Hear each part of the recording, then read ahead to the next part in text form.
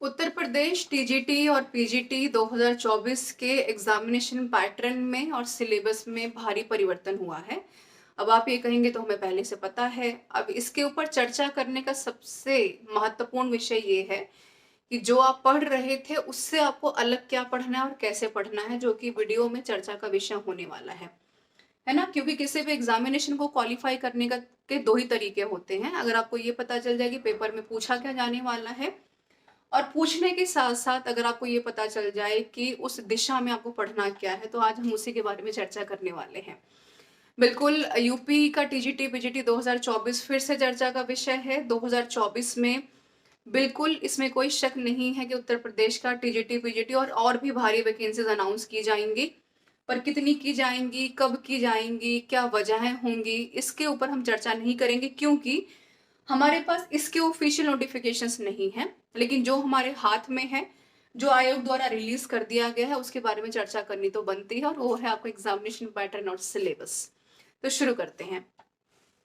देखिए, examination pattern, हालांकि मैंने 3 से 4 दिन पहले शिक्षा आयोग के बारे में और दिसंबर 2023 में उत्तर प्रदेश की तरफ से जो ऑफिशियल नोटिफिकेशन जारी किया गया था एग्जामिनेशन पैटर्न को लेकर के, उसके ऊपर चर्चा कर चुकी हूँ। तो पुरानी वीडियोस को एक बार आप री वॉच कर सकते हैं। और यहाँ पर खास क्या है, क्योंकि आपको ये पता होना बड़ा इंपॉर्टेंट है कि जो भी चेंजेस हो रहे हैं उसके हिसाब से आप अपने स्ट्रैटेजीज को कैसे रिफॉर्म करेंगे, कैसे अपनी रणनीतियों को दोबारा बनाने वाले हैं, है ना।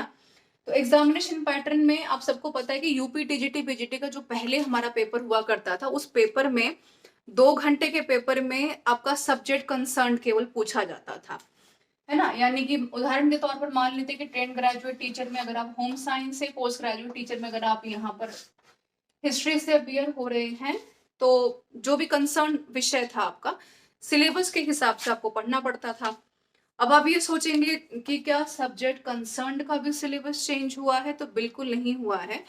सब्जेक्ट कंसर्न में जो आप पढ़ रहे थे बिल्कुल वही पढ़ेंगे, उसमें कोई परिवर्तन नहीं है।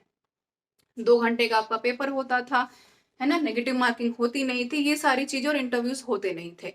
लेकिन अब चेंजेस क्या आए हैं और उसको कैसे हमें रिकवर करना है, ताकि 2024 में जैसे ही उत्तर प्रदेश में टीजीटी बीजीटी की वैकेंसी अनाउंस की जाए, हम पहले से अपनी तैयारियों को इतना पुख्ता कर लें कि हमें दोबारा से सोचना ना पड़े कि अब तैयारी फिर से करें, कहाँ से शुरू करें, क्यों करें, कौन सी किताब पढ़ें, जो कि अमूमन तौर पर हर कैंडिडेट का सवाल यहाँ पर होने वाला है।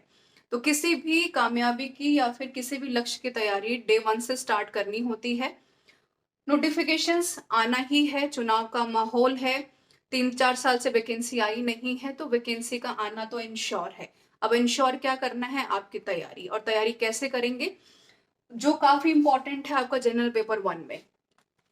पहले आपका सब्जेक्ट कंसर्न होता था, 2 घंटे का भाई आपका पेपर हुआ करता था। 2 घंटे में आपको सब्जेक्ट कंसर्न से जुड़े हुए सवालों को सॉल्व करना पड़ता था। नेगेटिव मार्किंग यहाँ पर कोई नहीं होती थी। लेकिन अब चेंज क्या हुआ है, अब चेंज आपका जीएस का जो पेपर होगा, आपका यहाँ पर पेपर 1 कंसिडर करेगा, यानी कि आपको 2 पेपर देने होंगे, जीएस का पेपर और साथ में सब्जेक्ट कंसर्न का पेपर। अब ये सब्जेक्ट कंसर्न आपका कोई भी हो सकता है, एसएसटी हो सकता है, होम साइंस हो सकता है, हिस्ट्री हो सकता है, पॉलिटिकल साइंस हो सकता है। तो वो तो आपको पढ़ना ही है ना। और कहीं ना कहीं हम इसको पढ़ते भी रहते हैं, तो चीजें काफी हद तक रिकॉल हमें होती रहती हैं। लेकिन जीएस में क्या नया ऐड हुआ है, जीएस का पूरा पेपर 1 आपको दोबारा से स्टडी करना पड़ेगा, जैसा केंद्रीय विद्यालय में आता है, एनबीएस में आता है, इस तरीके से। तो आपको क्या एड ऑन करना है, आपको एड ऑन करना है इंग्लिश, आपको एड ऑन करना है हिंदी। इसके साथ साथ जो काफी हद तक आपके लिए जरूरी हो जाएगा, आपके लिए जो आपका कंप्लीट रीजनिंग का सेक्शन है, आपके लिए मैथमेटिक्स का सेक्शन है जो आपको पढ़ना पड़ेगा पूरा का पूरा। करंट अफेयर्स जो काफी हद तक इंपॉर्टेंट है, हमें हमेशा लगता है कि करंट अफेयर काफी क्रूशियल रोल प्ले नहीं करते, कम भी कर लेंगे तो काम चल जाएगा, लेकिन अब इससे काम नहीं चलेगा।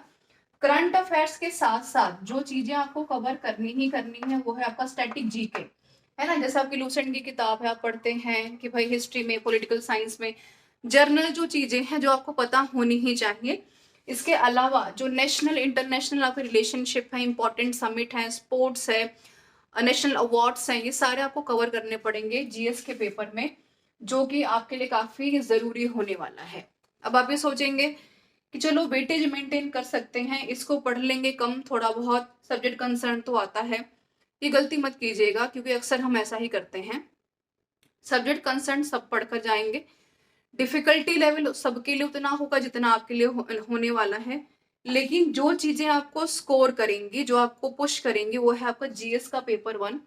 चाहे वो आपका इंग्लिश का सेक्शन है, चाहे हिंदी का सेक्शन है, मे बी संस्कृत भी ऐड की जा सकती है, रीजनिंग है, मैथमेटिक्स है, करंट अफेयर्स है। ये सारी चीजें आपको एक अच्छा खासा स्कोर दिला सकती हैं, जो कि आपको काफी हद तक ध्यान में रखनी है। दूसरी जो काफी इंपॉर्टेंट बात है, टीजीटी में इंटरव्यू नहीं है, इस चीज को ध्यान रखिएगा।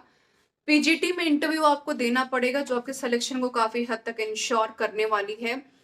और ये भी ध्यान में रखिएगा कि यदि आप क्रैमिंग करके या फिर किसी तरीके से इस पेपर को, इस पड़ाव को पार भी कर लेते हैं, तो आपका इंटरव्यू आपके लिए काफी हद तक मुश्किल साबित हो सकता है। कि सब मेहनत करके अगर आप यहाँ नहीं पहुंच पाए, तो उसका फायदा आपको काफी हद तक नहीं होने वाला है।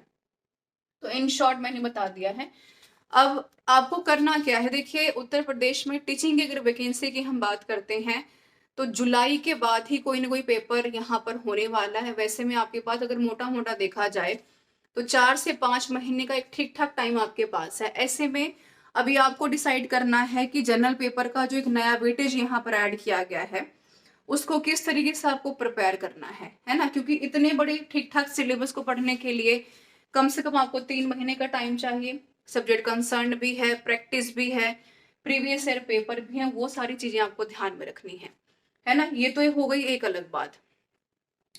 ये तो आप सभी जानते होंगे, जिसको नहीं पता था उसको पता लग भी गया होगा।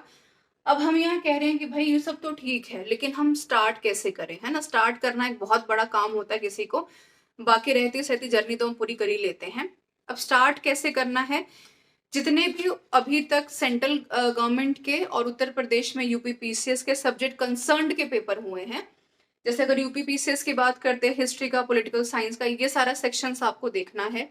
इसके साथ साथ राजस्थान का पेपर आपको देखना है, केंद्रीय विद्यालय में अब तक जितने पेपर हो चुके हैं उनको देखना है, एनवीएस का पेपर देखना है, और बिहार में जो शिक्षक भर्ती चल रही है, सब्जेक्ट कंसर्न के सारे पेपर्स को देखना आपके लिए काफी ज्यादा इंपॉर्टेंट हो जाएगा, जो कि कहीं ना कहीं आपके सिलेक्शन को इंश्योर करेगा।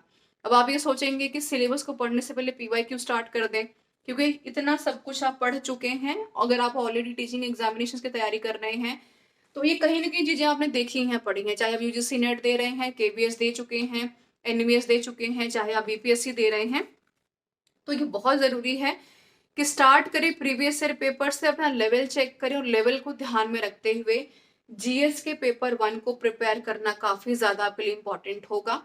रही बात नेगेटिव मार्किंग की, तो पहले नेगेटिव मार्किंग नहीं थी, आयोग की तरफ से नोटिफिकेशन रिलीज नहीं हुआ है, लेकिन हाँ इतना इंश्योर है कि एग्जामिनेशन पैटर्न चेंज हो चुका है, सिलेबस हमारा यहाँ पर चेंज हो चुका है। तो बहुत जरूरी है कि अगर नेगेटिव मार्किंग हो भी जाती है, जिसकी संभावना काफी कम है, फिर भी आपको इतना मेंटली प्रिपेयर रहना है कि आप ठीक ठाक स्कोर करके अपने जो है मार्क्स को इंश्योर कर पाएं, और पीजीटी का जो एक लेवल है इंटरव्यू का, वो यहाँ पर दे पाए। ट्रेन ग्रेजुएट के लिए कोई समस्या नहीं है, बिकॉज उनको यहाँ पर इंटरव्यू देना नहीं है।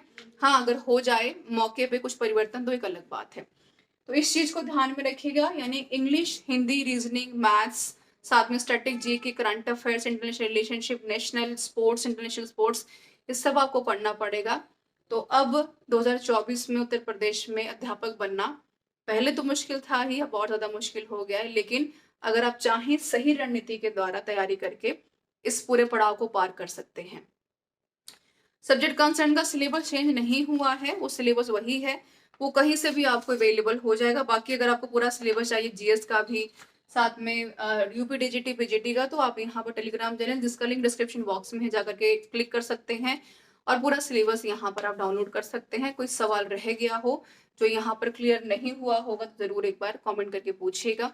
वीडियो को शेयर करना बिल्कुल मत भूलिएगा। मिलते हैं नेक्स्ट वीडियो में कुछ यूजफुल कंटेंट के साथ, तब तक बने रहिए बीट द कॉम्पिटिशन के साथ।